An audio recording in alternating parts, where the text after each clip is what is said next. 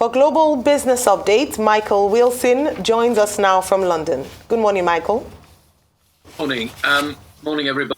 There's been a bit of a decline as far as Asia-Pacific markets are concerned. You'd probably expect that given the worries that are existing over the banking system. I'll come on to that. And in particular, Credit Suisse, now one of its leading investors, has said no more, but it has got money from the Swiss Central Bank, and I'll come on to that later in my report.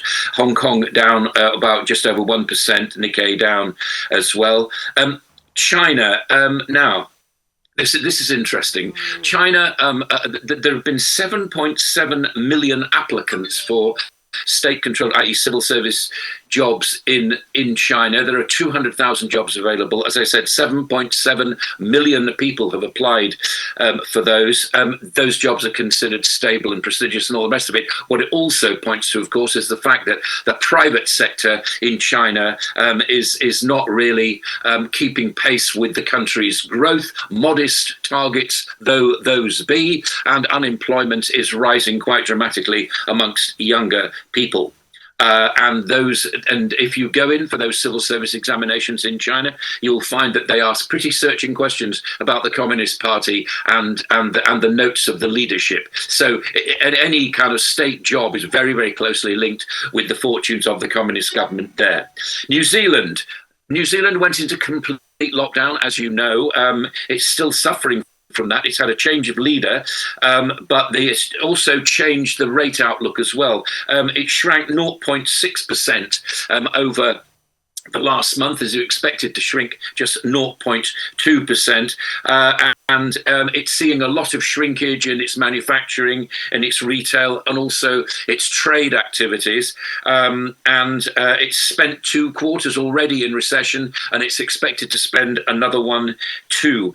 So the expected interest rate rise of 0.75%, 75 basis points from 5.5 to 5.5 by the end of the third quarter probably won't happen, according to forecasts. But we'll see how the coming months actually deal with that. Let us go to the United States. Futures fairly flat there. The Dow up, futures up slightly. I mean 100 points, but these things can change. More importantly, yesterday in normal trading, the Dow down 700 points. All the Credit Suisse stuff, all the banking stuff, all the SVB stuff, and all the rest of it swirling around. Nobody's really sure of which direction in which to go. US inflation slowed slightly to 6% year on year.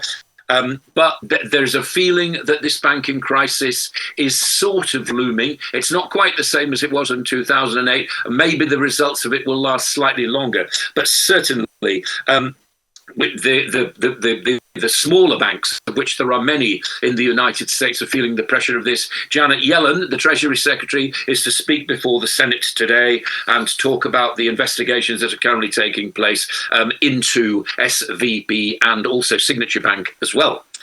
Credit Suisse then, so the Saudi National Bank withdrew its help from it. However, the Central Bank of Switzerland stepped in. Now, it's very important to point out that this is a liquidity problem as far as Credit Suisse are concerned. I know they've had their problems in the past, but at the moment it's a liquidity problem, and it does not reflect a failing business. Otherwise, the Central Bank is saying this morning they would not have got involved. The new CEO of Credit Suisse is saying that the bank will now be built around client needs.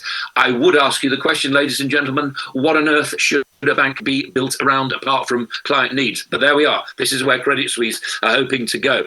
The EU, the ECB, very, very briefly, likely to raise interest rates today, so to raise the deposit rate by 0.5% to 3%, continuing fight of inflation there. But again, where will it go in May? Nobody's quite sure at the moment. So in the UK, then, we had the budget yesterday, as you know, a budget for business. As the Chancellor, Jeremy Hunt, the finance minister, was deliberately upbeat about the economy, not really matched by people's forecasts about that. He said that what's going to happen is that the country will avoid a technical recession in 2023. He's giving away, in as much as any taxes are given away, and I don't believe it is, but that's the shorthand for it, you know what I mean. £9 billion in terms of business tax breaks and the rest of it, pension, people who are rich enough to put money into their own pension funds will find the cap's been withdrawn for that. And of course, an increase in childcare. So what this is about is trying to get people who would not normally, who might say, well, childcare is too expensive for me to go to work, to say, right, the government's going to support you, so you get back into work. So it's trying to get people actually back into work.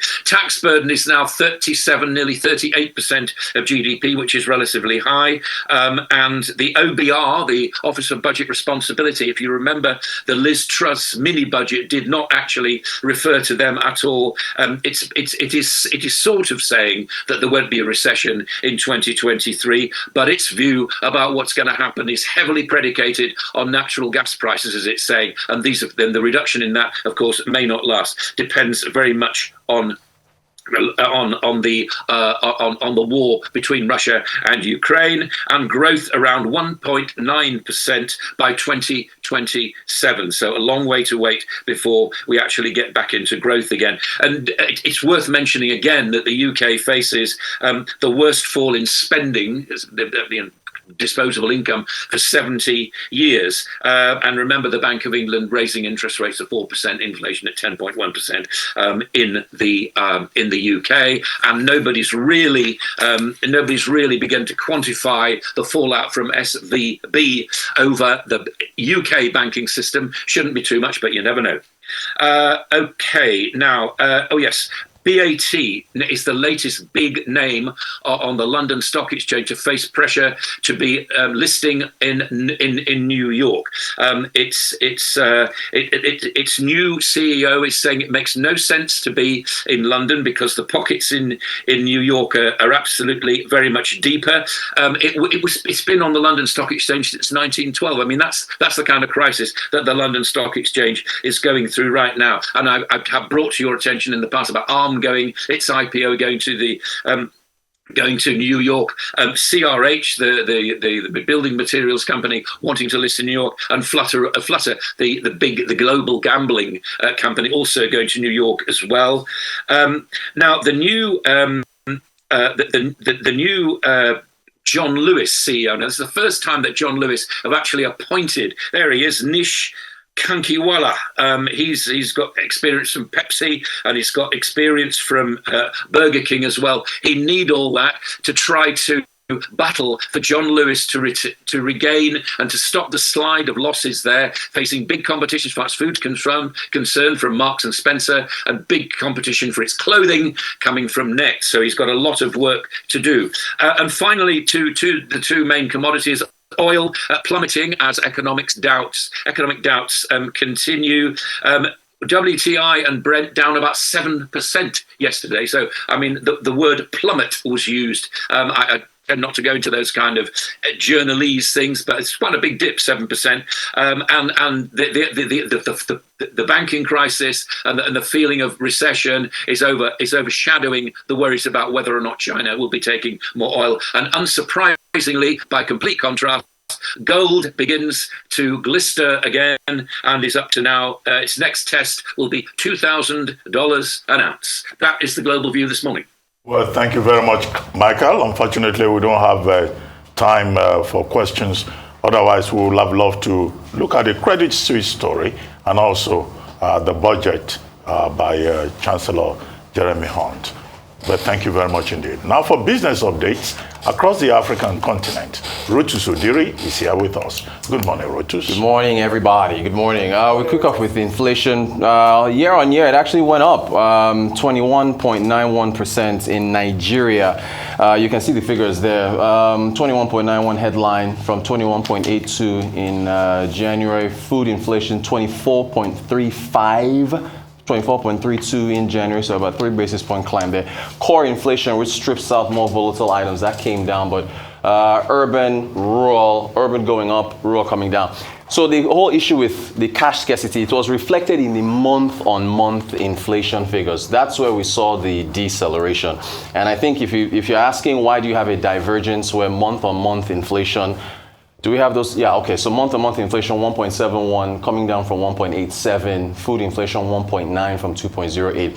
This more accurately tracked what was expected with respect to the cash scarcity reducing demand. So remember, with inflation, prices are rising unless you're in deflationary territory and they're falling, but it's just the pace at which. So you saw that deceleration more reflected in month on month than year on year. Since year on year, you're comparing February of last year to this year, and there's a bit of a base effect. Ayo, you asked about the top 10 states, ease of doing business. So we got that. So no, let's go back. This is the bottom 10. We need the first top 10. Let's go back to the first top 10. So what is going on? Now we have a quote from Rufai. We're not even there yet. Do we have the top 10? We should have the top 10. Okay. Okay, anyway, Rufai, I heard this was a quote that I had to quote you a few minutes ago where you said that, do we have the quote? What is happening? All right, so the quote's essentially where you said that if a politician cannot respect you to attend a debate, you would be delusional to think he or she would respect you when they're in power. Simple. Right, which takes us to the Delta State. But let's just go to the bottom 10. Let's go back. I'm not sure why we don't have the first top 10, but the bottom 10, okay. What our production team is I think they're running ahead of us. Can we go back to the bottom 10 states on ease of doing business? Do we have that? Top 10. All right, you know what? I'll go. This is the bottom 10. This is the bottom 10. Anyway, Cross River, Oyo, Kwara, Borno, Kano, Abia, Edo, Delta, Taraba, and Zamfara. I have the top 10 here myself. I'll get that myself too. Just hang on one second. Gombe was number 1. Yeah, Gombe was number 1. So hold on, let me get that here. Yes, all right. So your top 10, Gombe, Sokoto number 2. Good. Jigawa number 3. Good. Akwa Ibom and Bauchi tied for 4th. And then so there's no 5th. Kebbi, 6th place. Anambra, 7th place. Ondo in 8th place. Katsina in 9th, Bayelsa in 10th. And Lagos is the first time? Lagos is 19th. 19th? Yeah, Lagos is 19th. I would imagine because of the multiple taxes on business, that would also be Of the course, factor. yeah. Lagos is 19th. Lagos is 19th. That's supposed Ekiti to be the 17th. hub. Oh, the hub, right. The hub is 19th. Is 19th. Anyway, the Delta State debates. So I watched the entire thing, live tweeted the whole thing. The candidates all, at least the ones that attended, which is why I went to your quotes, because the PDP and APC did not attend. There was this whole drama where, of course, the APGA candidate walked out and then he came. Well, he apologized and came back. It was pretty dramatic stuff. So, but all in all, a pretty good debate that we had yesterday. And I understand an offer was made to the APC and PDP candidates to come back today. So we'll see whether they respond to that. But they talked about healthcare. They all had very interesting ideas on healthcare. They all said that for older Deltans, so I think 17 years and above, they'll get free healthcare. This is the SDP candidate. Bagay. He said from children age 0 to 5, and then pregnant women will also get free healthcare. And I thought the YPP candidate, he was also very impressive as well. All 4 of them. Although he lives in Rotterdam. Our Mr. Barrister Tieti, he pressed him on the fact that you are a diaspora running for office. You're living in Rotterdam. He even said he wants to open a Delta State liaison office in Rotterdam. When they were asked about there he is. They were asked about the ports and how to improve the ports, because the SDP candidate, he took a shot at Lagos, saying that Lagos dominates ports, and that So it was a pretty impressive debate, and hopefully I will see whether the APC PDP candidates get to that. I thought it was interesting the response to state policing as well. Oh yes, thank you. The APGA candidate and the SDP, they differed on state police, because they were asked how would you fund it. Meanwhile, the YPP candidate and Labour Party candidate both also supported the state police. So all in all, a pretty good debate. Finally, Ghana, inflation in Ghana, it eased a bit. I think 52.8 year on year. In February, I think it was about 53, and that is our. I'm sorry, Gordon Emefiele in South Africa at the Africa Central Bank Conference. He was speaking about the need for more vigilance from central banks. This conference taking place yesterday and today, and he talked about the need for more oversight. He repped Nigeria, the fact that we've been very regulatory, very strict with our regulations to make sure that there's no banking crisis here. He talked about SVB, he talked about crypto, he talked about a number of things. So this is going on in Johannesburg, 2-day conference. He spoke yesterday, and I think the conference concludes today as well. So quick things. I think concerning this, we have to do more stress tests because it's obvious SVB was not doing stress tests. They had collaborated with a couple of people to bypass Dodd-Frank laws in America, so they couldn't get enough stress tests and they were left flat. I want to talk about Delta debates. I stand by my words. It would be delusional for you to think somebody that cannot respect you Where's that quote? for 2 hours of their life just to come debate in front of television, which is still a form of campaign anyway. There it is. You think if they get to power, they'll respect you. Hell no, they're not going to respect you. So don't fool yourself. Because Nigerians, we see things beforehand, but we decide to fool ourselves because of sentiments of religion, ethnic bias, and other things. It's a very norm way to think. Moving on, as regards what they said they would do, I didn't hear a lot of practicality. In the Delta debates, right? Yes. I didn't hear that more It sounded quite lofty.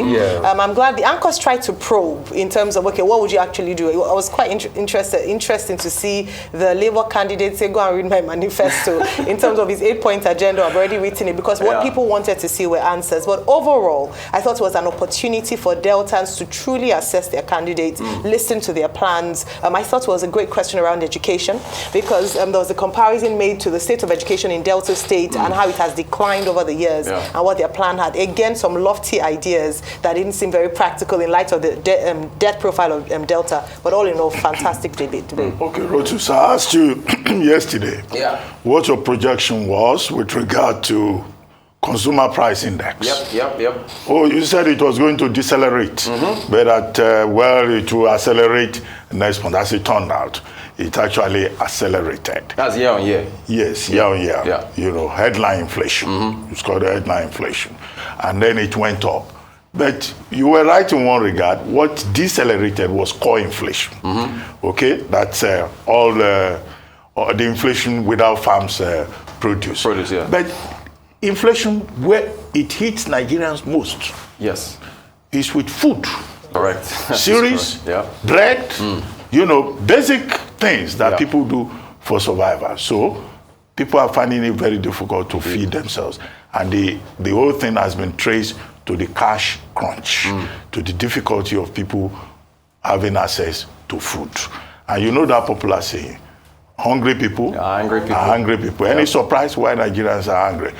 But the next thing is that the Monetary Policy Committee is meeting next week. Yes. What should we expect? I want you to do another prediction. Another projection. Are you going to hold rates, or are we likely to see further tightening of the belt? They will hold. Get it right this time. I know, right?